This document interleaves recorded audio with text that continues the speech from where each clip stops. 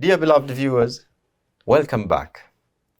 Before we took a break, I was explaining a fourth condition or a fourth criteria that needs to be met by a zakatable wealth. And that criteria was it should be free from debt. That wealth that you need to pay zakat on, it should be something that you fully own. There is no rights of others in it.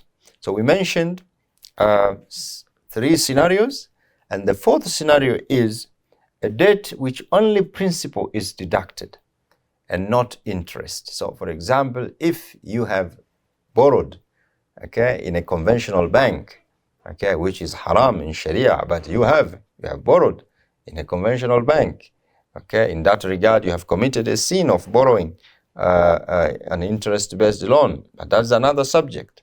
But you should know that that is a sin you have committed by signing a loan contract that requires you to pay interest. Now, in that scenario, in that debt, you cannot deduct the principal plus the interest that you are required to pay to the bank.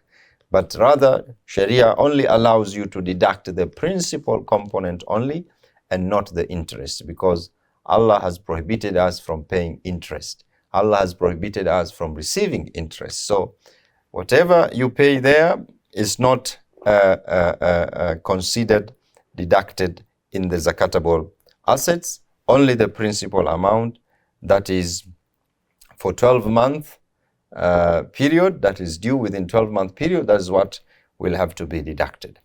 Now I would like to bring to your attention that this subject of debt, there are some debates and discussions among Sharia scholars as to whether only debts for personal basic needs, or does it include every other debts? That is to say, debts for businesses. You borrow for businesses, or you borrow for investments. So there are some scholars consider that the debt that we are talking about here, that is deductible.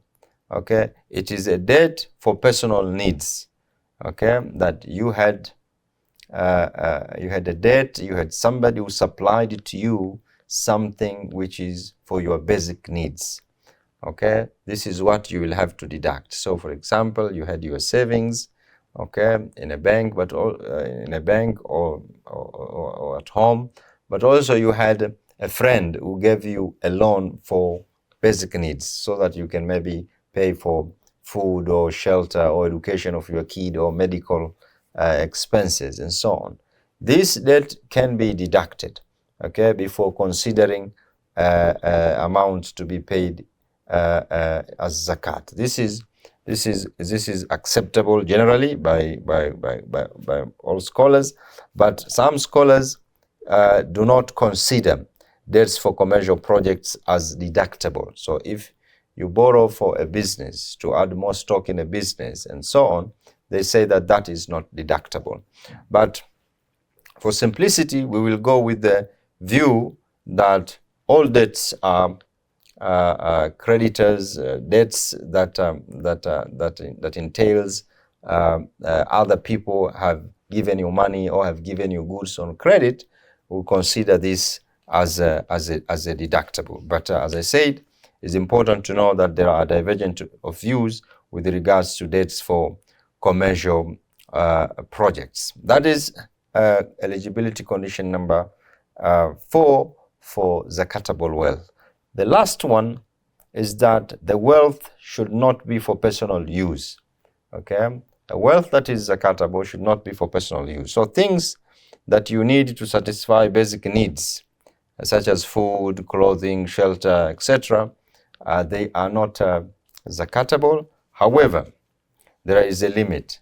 If you had cash, yes, you had a saving, and of course that saving was maybe for emergencies, emergencies in terms of maybe medical care. If somebody dies or somebody gets sick, you are going to use that saving for that purpose, which is again for basic things, basic needs.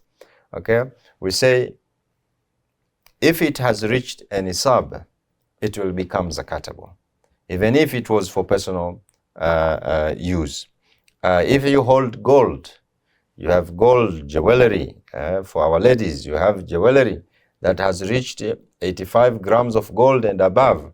Okay, the majority of the scholars consider that is zakatable again.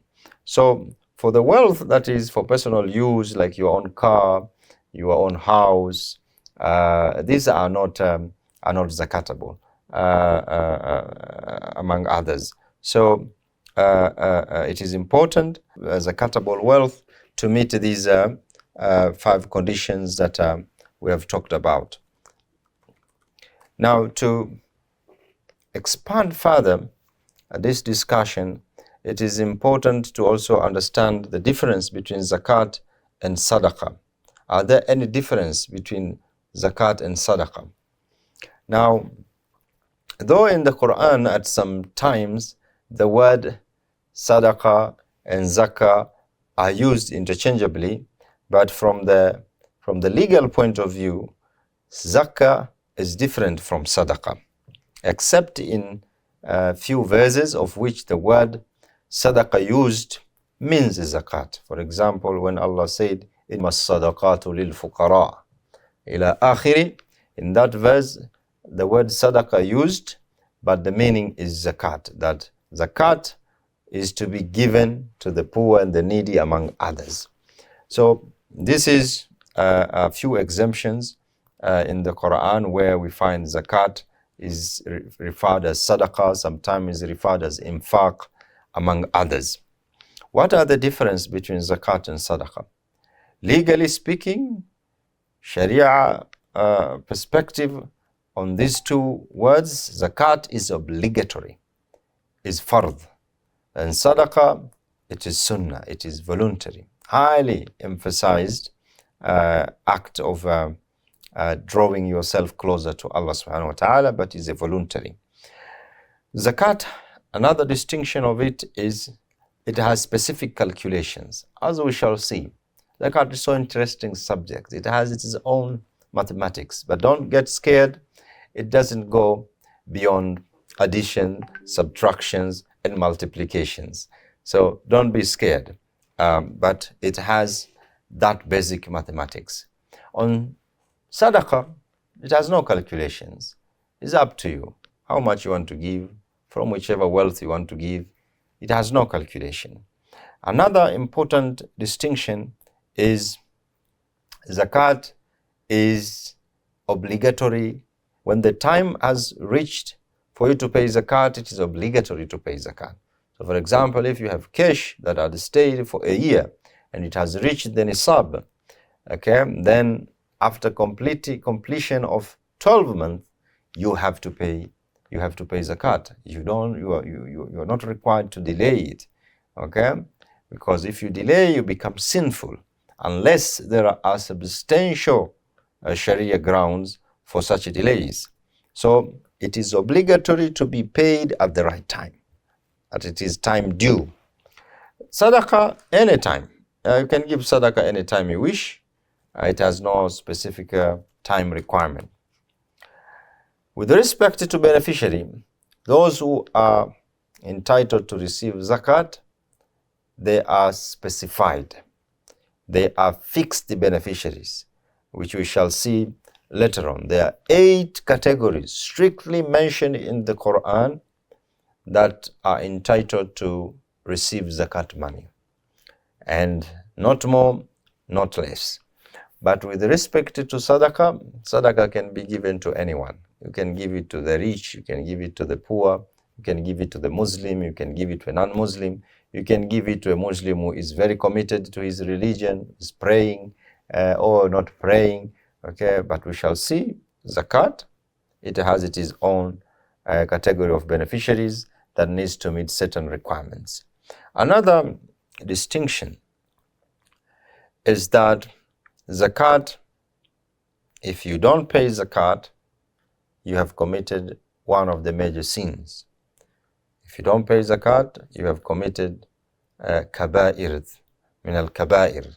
Okay, so And actually, during the time of Abu Bakr as-Siddiq, he even declared war to those who withheld zakat. So it is sinful, and if there is an Islamic state, it can declare war, it can confiscate what you withhold on zakat. But sadaqah, it is not a sin. If you don't pay sadaqah, it's not a sin. There is no blame on you for not paying. But of course, you have missed an opportunity to get closer to Allah subhanahu wa ta'ala through your wealth. So dear beloved viewers, these are almost 5 areas of differences between zakat and sadaqah. That being said, it is important now we understand what are the zakatable wealth. What are the wealth that we need to pay attention to if we possess this kind of wealth, because it could be eligible for us to pay zakat on it. Now, there are 2 perspectives to look at zakatable wealth. The first perspective is zakatable wealth as referred to in the Quran and in the Hadith. And these are as follows. Number 1, agricultural produce. Okay, this has been mentioned in Quran and in Hadith. Gold and silver and other item that is used as money. Also rikaz, wealth that is extracted from the earth. Then we have extracted minerals, and we have livestock or animals. These almost 5 categories are well is known to have been mentioned either in the Quran or in the Hadith. And there are some scholars who are simply or simply confining zakat to these categories of wealth. But classical scholars and modern day scholars have broadened these zakatable assets, and we shall enumerate them one after the other.